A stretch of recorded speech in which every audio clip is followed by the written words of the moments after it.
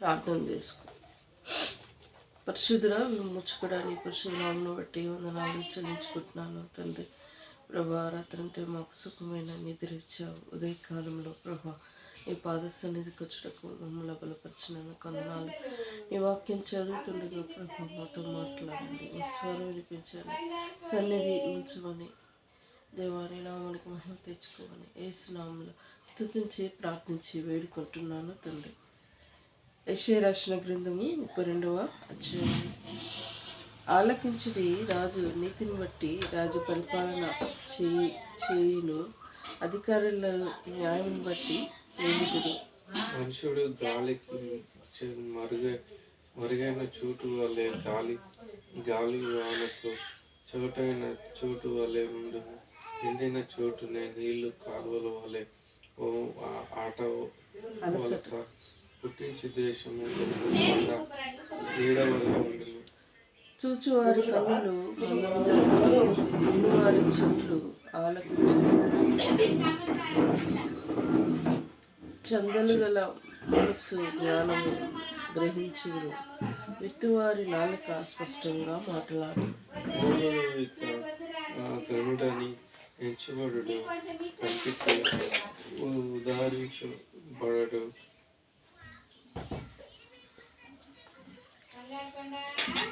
ఉదాహరింపబడడు.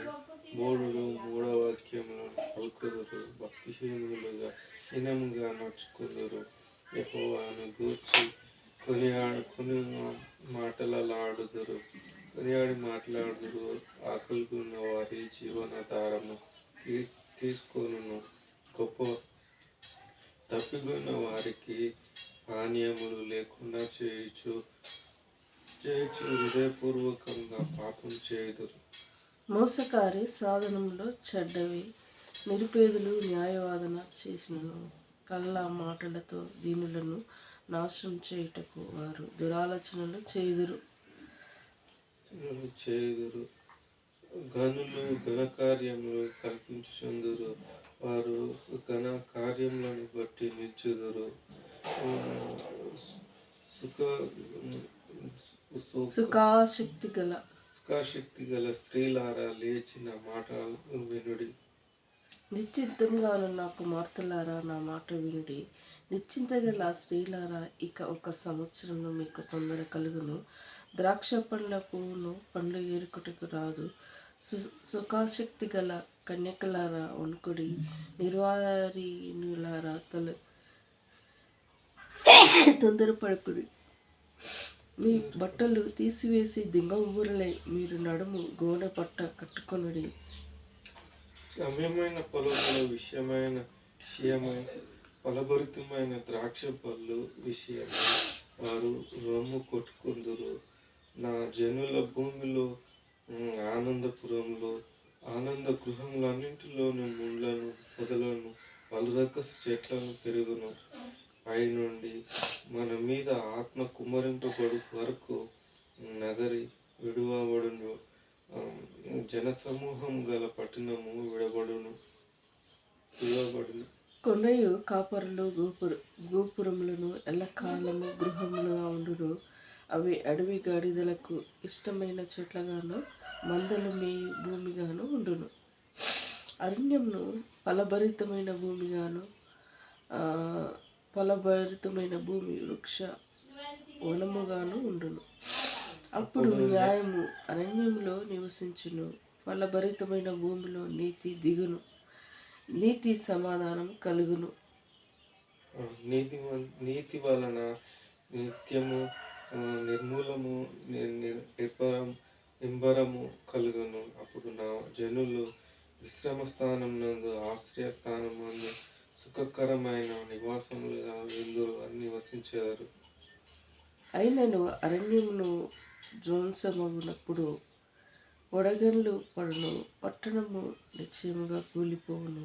సమస్త జనముల యొద్ద విత్తనములు చల్లును, ఎద్దులను గాడిదలను తిరగనిచ్చు మీరు ధన్యులు.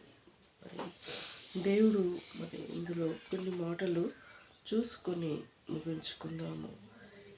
6వ వచనం చూస్తే మూఢులు మూఢ వాక్యాలు పలుకుదురు, భక్తిహీనులు నడుచుకుందరు. యెహోవాను గూర్చి కాని మాటలు పలుకుచు, ఆకలిగొనిన వారి జీవాధారము తీసుకొనుచు, దప్పిగొని వారికి పానీయం లేకుండా చేయరు. హృదయపూర్వకంగా పాపం చేయుదురు. చూసావా, హృదయపూర్వకంగా పాపం చేస్తూ ఉంటారట. ఇంతగానము మరి ఎన్నో విధాల ఆన్లైన్ ద్వారా మరి ఇంకా బయట సువార్త, దేవుని సువార్త మనము సువార్త చెప్తూ ఉంటే కొందరు నమ్మి విశ్వసిస్తారు, కొందరు విధులని వారు యుగ సంబంధమైన దేవత వారు మననితాలు కప్పబడిన రీతిగా వారి గుడ్డివారిగా జీవించుకుంటూ వెళ్తూ ఉన్నారు. మరి దేవుడు మనుషులట ఇక్కడ హృదయపూర్వకంగా పాపం చేయుదురు, బుద్ధిపూర్వకంగా ఇది పాపం అని తెలిసి కూడా చేస్తూ ఉంటారట. ఇక తెలియక చేస్తే దేవుడు క్షమిస్తారు, తెలిసి చేస్తే 200 శిక్ష పాత్రులు అవుతారు. అది గ్రహించారు, చూస్తున్నారు అని అనుకుంటూ ఉంటారు. ఒకటి మాత్రం సత్యం, దేవుడు అనేవాడు ప్రతి వ్యక్తిని చూస్తూ ఉంటాడు. కానీ ఆ పాపంలో జీవించి ఆ పాపంలో ఉండవని దేవుడు చెప్పలేదు. నా బిడ్డ నా కాడికి ఎప్పుడు వస్తాడు, మరి నేను ఈ లోకంలో పాపం చేసిన వారు ఎవరు క్షమించదు. ఇంకొకటి మరి ఈ లోకమంతా పాపమయముతో నిండి ఉన్నది. ఎక్కడ చూసినా భయము భక్తి లేకుండా తయారైపోయారు. అందుకోసమే ఘోరమైన మరణాలు సంభవించుకుంటూ వస్తూ ఉంటాయి. అసలు భయంకరమైన మరణాలు చూస్తూ వస్తూ ఉన్నారు.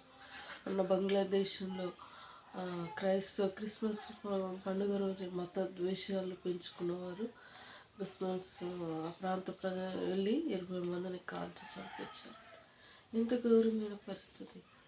మరి ఎందుకు చేయాల్సి వచ్చింది అంటే, లోకము మరి రాజ్యాంగ ప్రకారము ప్రతి మతాన్ని ప్రతిని నీకు ఇష్టం, రాజ్యాంగం కల్పించింది, నీకు ఇష్టం వచ్చిన మతాన్ని స్వీకరించు, కానీ ఇతరుల్ని అభ్యంతరపరచకూడదు. మరి వాళ్ళు వచ్చి అంతమందిని క్రైస్తవుల ఆరాధన చేసే ప్రాంతానికి వచ్చి 20 మందిని చంపడం అంటే అది మామూలైన విషయం కాదు. మరి ఎందుకు అలా చేయాల్సి వచ్చిందంటే మత ద్వేషం పెంచుకోవడం. ఇది హిందువుల దేశం, ఇది హిందువుల దేశం, వాళ్ళ తాత పుట్టలేదు ఆ దేశాన్ని, వాళ్ళది కూడా కాదు, ఈ హిందువుల దేశం అంట. ఒక ఆమె, అందుకే నాకు కోపం వస్తూ ఉంటుంది. ఆమె ఇన్స్టాగ్రామ్ ఎక్కితే ఎప్పుడు వాడు యేసుప్రభుని అంటే వాడు కాంచి దిగదు, వాడు ఈ దేశంలో పుట్టిండా, ఈ దేశం కూడా అని మాట్లాడుతూ ఉంటుంది. చదువుకున్న వ్యక్తి, అసలు అన్ఎడ్యుకేటెడ్ పీపుల్లోనే కాదు. ఉన్నప్పుడు అందరు చాలా తెలివి చదువుకున్న వ్యక్తులు కూడా కరెక్ట్ సమాధానం చెప్పారు, అడిగారు. కానీ ఆమె ఆలోచన మొత్తము యుగ సంబంధమైన దేవత వారు మననిత్రాలు కప్పబడింది కాబట్టి గుడ్డి లోకంలోనే ఉన్నది. ఆ గుడ్డి ఆలోచనతోనే అదే కరెక్ట్ అని ఆ ఆలోచనతోనే వెళ్తూ ఉన్నది. కానీ అలాంటి వారికి 1-2 సార్లు చెప్పి దేవుడు వదిలే ఉన్నాడు, వాళ్ళని అన్నిలుగానే చూడమన్నాడు. కథ దేవుడు ఆమె సమయం ప్రతి ఒక్కరికి రక్షింపబడడానికి ప్రతి ఒక్కరికి సమయము ఇస్తాడట. ఆ సమయంలో వారు నమ్మితే దేవుని బిడ్డలైతే, నమ్మకుండా వారికి శిక్షకు పాత్రలైతే అంతే. నాకు ఎవరు చెప్పలేదు కదా ప్రభా అంటే ప్రతి ఒక్కరికి ఆడ సీన్ చూపిస్తాడట. అది కంపల్సరీ జరుగుతున్నాయి ఈ భూమి మీద. బైబిల్లో చెప్పబడిన అన్నీ జరుగుకుంటూ వస్తుంది. ఆయన రాకడ కూడా ఆసన్నమై ఉన్నది. సిద్ధపడిన వారు దేవుని రాజుకు వారసులు వెళ్ళిపోతారు. మధ్యాకాశానికి ఆయన దేవదూతలు వచ్చి మనల్ని తీసుకెళ్తారు. మరి విడువబడిన వారికి 7 ఏళ్ల శ్రమ అని దేవుని వాక్యం శ్రమిస్తుంది. ఆ శ్రమకు మరి ఘోరమైనది. వాళ్ళు మొక్కే విగ్రహాలు కాపాడుతాయేమో అని అవి